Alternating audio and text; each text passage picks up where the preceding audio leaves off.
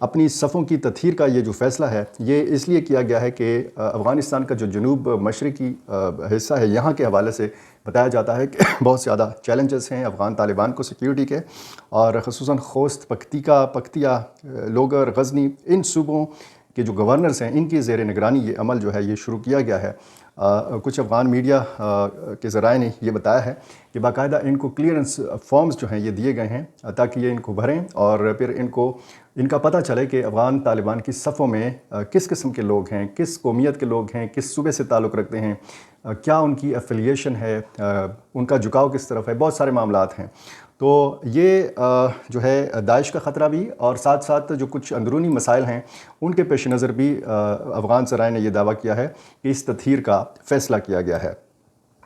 ظاہر ہے کہ جب افغان طالبان دوسری مرتبہ برسر اقتدار آئے تھے تو بہت سرعت کے ساتھ، بہت تیزی کے ساتھ یہ کابل تک بڑھے تھے، اور میں نے بھی جب افغانستان کا وزٹ کیا تھا کابل کا، تو میں نے جگہ جگہ نوعمر نوجوانوں کو دیکھا تھا افغان طالبان کی فورس میں یہ شامل تھے۔ ظاہر ہے ان کی باقاعدہ کوئی ان کا یونیفارم تو نہیں تھا، جاگرز اور شلوار قمیض، ویسٹ کوٹ اور ساتھ میں بندوق۔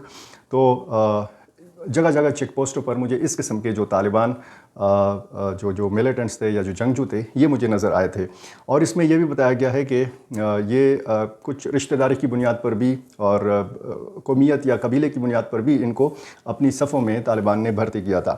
بہرحال جب یہ ایک سٹریم لائن کیا جائے گا اس فوج کو یا اس فورس کو، تو تب معلوم ہوگا کہ اصل میں افغان طالبان کی تعداد ہے کتنی، اور کس صوبے کی کتنی نمائندگی ہے، کتنے لوگ ہیں ان فورسز کے اندر کہ جو خود کو افغان طالبان کہتے ہیں یا جنگجو کہتے ہیں۔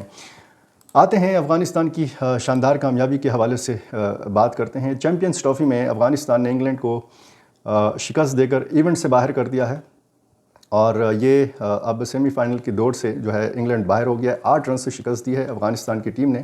قذافی اسٹیڈیم لاہور میں یہ میچ کھیلا گیا، یہ 8واں میچ تھا۔ انگلینڈ کی ٹیم 326 رنز کے تعاقب میں 49.5 اوورز میں 317 رنز بنا کر آؤٹ ہو گئی۔ انگلینڈ کی جانب سے جو روڈ 120 رنز بنا کر نمایاں رہے۔ کپتان جوس ہٹلر اور جو ایک دوسرا کھلاڑی ہے بین ڈیک، انہوں نے 38 رنز بنائے۔ اسی طرح افغانستان کی جانب سے عظمت اللہ عمر زئی نے 5 وکٹیں حاصل کیں، محمد نبی نے 2، فضل حق فاروقی اور گلبدین نائب نے ایک کھلاڑی کو آؤٹ کیا۔ اس سے پہلے افغانستان نے ٹاس جیت کر پہلے بیٹنگ کرتے ہوئے مقررہ 50 اوورز میں 7 وکٹوں کے نقصان پر 325 رنز کا پہاڑ کھڑا کیا تھا انگلینڈ کی ٹیم کے لیے۔ انگلینڈ کی ٹیم نے بھی کم بیک کرنے کی کوشش کی لیکن وہ 8 رنز سے ہار گئی۔ ابراہیم زدران نے 177 رنز کی شاندار اننگز کھیلی اور نمایاں رہے۔ عظمت اللہ عمر زئی 41، حشمت اللہ شاہدی اور محمد نبی نے بالترتیب 40 رنز بنائے۔ رحمان اللہ گربز نے 6، صدیق اٹل نے 4 اور رحمت شاہ نے جو ہے وہ 4 رنز بنائے اور آؤٹ ہوئے، جبکہ راشد خان اور گلبدین نائب ایک رن کے ساتھ ناٹ آؤٹ رہے۔ انگلینڈ کی طرف سے جوفرا آرچر نے 3 وکٹیں حاصل کیں۔ یہ جو شاندار کارکردگی ہے افغانستان کی ٹیم کی، اس کے حوالے سے بتایا جاتا ہے کہ ان کے بہت سارے کھلاڑیوں نے پاکستان میں ٹریننگ حاصل کی۔ اب ابراہیم زدران نے جس طریقے سے شاندار کھیل کا مظاہرہ کیا اور متعدد ریکارڈز جو ہیں یہ اپنے نام کیے ہیں، اور انہوں نے بتایا ہے کہ اصل میں بیٹنگ کس طریقے سے کی جاتی ہے۔ افغانستان کی ٹیم نے بتایا ہے کہ آپ کے مقابلے میں جو بھی ٹیم ہو، اب انگلینڈ کی ٹیم جو ہے ظاہر ہے کہ ایک زبردست ٹیم ہے، لیکن افغانستان کی ٹیم جس کو کہا جاتا ہے کہ اس کا زیادہ تجربہ بھی نہیں ہے، لیکن اس نے بتایا کہ کس طریقے سے آپ نے میدان میں اتر کر مقابلہ کرنا ہے۔ جس طریقے سے پاکستان اور انڈیا کا میچ تھا اور پاکستان کی کرکٹ ٹیم جو ہے مقابلہ نہیں کر پائی تھی انڈیا کے مقابلے میں، تو آج افغانستان کی ٹیم نے کم از کم یہ بھی بتایا کہ کیسے جو ہے مقابلہ کیا جاتا ہے اور کیسے جو ہے بیٹنگ کی جاتی ہے، کیسے بالنگ کی جاتی ہے اور کیسے فیلڈنگ کی جاتی ہے۔ ابراہیم زدران نے 140 گیندوں پر 177 رنز بنائے۔ 28 فروری کو پشاور میں مرکزی رؤیت ہلال کمیٹی کا جو ہے اجلاس طلب کیا گیا ہے۔ یہ جمعے کا دن ہوگا اور زیادہ امکان یہی ہے کہ ہفتے کو 1 رمضان المبارک ہو سکتا ہے۔ مرکزی جو چیئرمین ہیں مولانا سید محمد عبدالخبیر آزاد، یہ اس کی صدارت کریں گے، اور جو زونل کمیٹی پشاور کے ذمہ داران ہیں یا جو کمیٹی کے ممبران ہیں یہ بھی شریک ہوں گے۔ اسی طرح امکان یہی ہے کہ جس طریقے سے مسجد قاسم علی خان میں مفتی شہاب الدین پوپلزئی کی سربراہی میں ایک کمیٹی بیٹھتی ہے، یہ بھی ظاہر ہے کہ ضرور بیٹھے گی، اور زیادہ تر آپ کو پتہ ہے کہ رمضان کا یا عید کا جو چاند ہے وہ وزیرستان کی سائڈ پہ یا مردان میں یا بنو میں جو ہے وہ سب سے پہلے نظر آ جاتا ہے، اور پورے پاکستان کے حوالے سے آپ بات کریں تو خیبر پختونخوا میں چاند شاید پہلے نکلتا ہے۔ دیکھتے ہیں ملک بھر میں ایک دن روزہ کا اہتمام ہوتا ہے یا نہیں۔ ٹرمپ نے $50 لاکھ میں امریکی شہریت کی پیشکش کی ہے، اور کہا ہے کہ روسی شہری بھی گولڈ کارڈ کے لیے اہل ہیں، وہ یہ کارڈ جو ہے یہ حاصل کر سکتے ہیں۔ صورتحال جو ہے جب آپ امریکہ کے صدر کے نئے اعلانات دیکھتے ہیں، نئے فیصلے دیکھتے ہیں، تو اس میں یہ جو امیگریشن پالیسی ہے اس حوالے سے بڑا سخت تشویش بھی ہے مختلف ملکوں کے جو شہری ہیں ان کے لیے، اور یہ جو انہوں نے تقریباً یہ 1.35 کروڑ روپے بنتے ہیں، $5 ملین، یہ انہوں نے کہا ہے کہ اس کارڈ کے حامل غیر ملکی افراد کو گرین کارڈ کی مراعات ملیں گی۔ اس کے علاوہ یہ امریکی شہریت کا ایک راستہ بننے جا رہا ہے۔ اب ظاہر ہے کہ امریکہ کے صدر ہیں اور انہیں امریکہ کا مفاد دیکھنا ہے۔ دیکھتے ہیں کہ یہ جو کارڈ ہے یہ کس حد تک امریکہ کے لیے بہتر ثابت ہو سکتا ہے، اور انہوں نے یہ کہا ہے ڈونلڈ ٹرمپ نے کہ آپ کو بڑے ٹیکس دہندگان، بڑے روزگار پیدا کرنے والے مل رہے ہیں، اور ہم ان میں سے شاید 10 لاکھ کارڈ فروخت کرنے کے قابل ہوں گے۔ 10 لاکھ کارڈ جو ہیں یہ اس قسم کے فروخت ہوں گے، اور اس کی قیمت بھی جو ہے یہ 50 ارب ڈالر رکھی گئی ہے۔ $50 لاکھ۔ تو پاکستان میں بھی یہ تجویز ہے کہ تمام افغان مہاجرین کو جب نکالا جائے گا پاکستان سے تو صرف ان افغانوں کو یہاں پہ رہنے دیا جائے گا جو یہاں پہ سرمایہ کاری کریں گے۔ یہ بہت پہلے بھی ایک تجویز تھی کہ $50 لاکھ تک کی سرمایہ کاری جو کرے گا تو وہ پاکستان آ سکتا ہے، یہاں پہ اپنا کاروبار کر سکتا ہے۔ اب ظاہر ہے کہ اس میں بہت عرصہ گزر چکا ہے، اور اب یہ 50 لاکھ سے یہ حد جو ہے یہ بڑھائی بھی جا سکتی ہے اگر اس تجویز کے اوپر باقاعدہ طور پر عمل کیا جاتا ہے۔ 20 مرد اور خواتین کو مختلف مقامات میں سرعام سزا دی گئی ہے۔ ان پر ناجائز یا غیر فطری تعلقات قائم کرنے کے الزامات ہیں۔ یہ خوست اور پروان صوبے میں عوامی اجتماع کے دوران ان کو کوڑے مارے گئے ہیں، اور باقاعدہ اس حوالے سے بتایا گیا ہے کہ یہ فیصلہ طالبان کی سپریم کورٹ نے کیا تھا، اور ان میں سے کچھ لوگوں کو، کچھ ملزمان کو قید کی سزا بھی سنائی گئی ہے۔ افغانستان کا اپنا ایک نظام ہے، وہ کہتے ہیں ہمارا شرعی نظام ہے، شرعی سزائیں ہم دیتے ہیں۔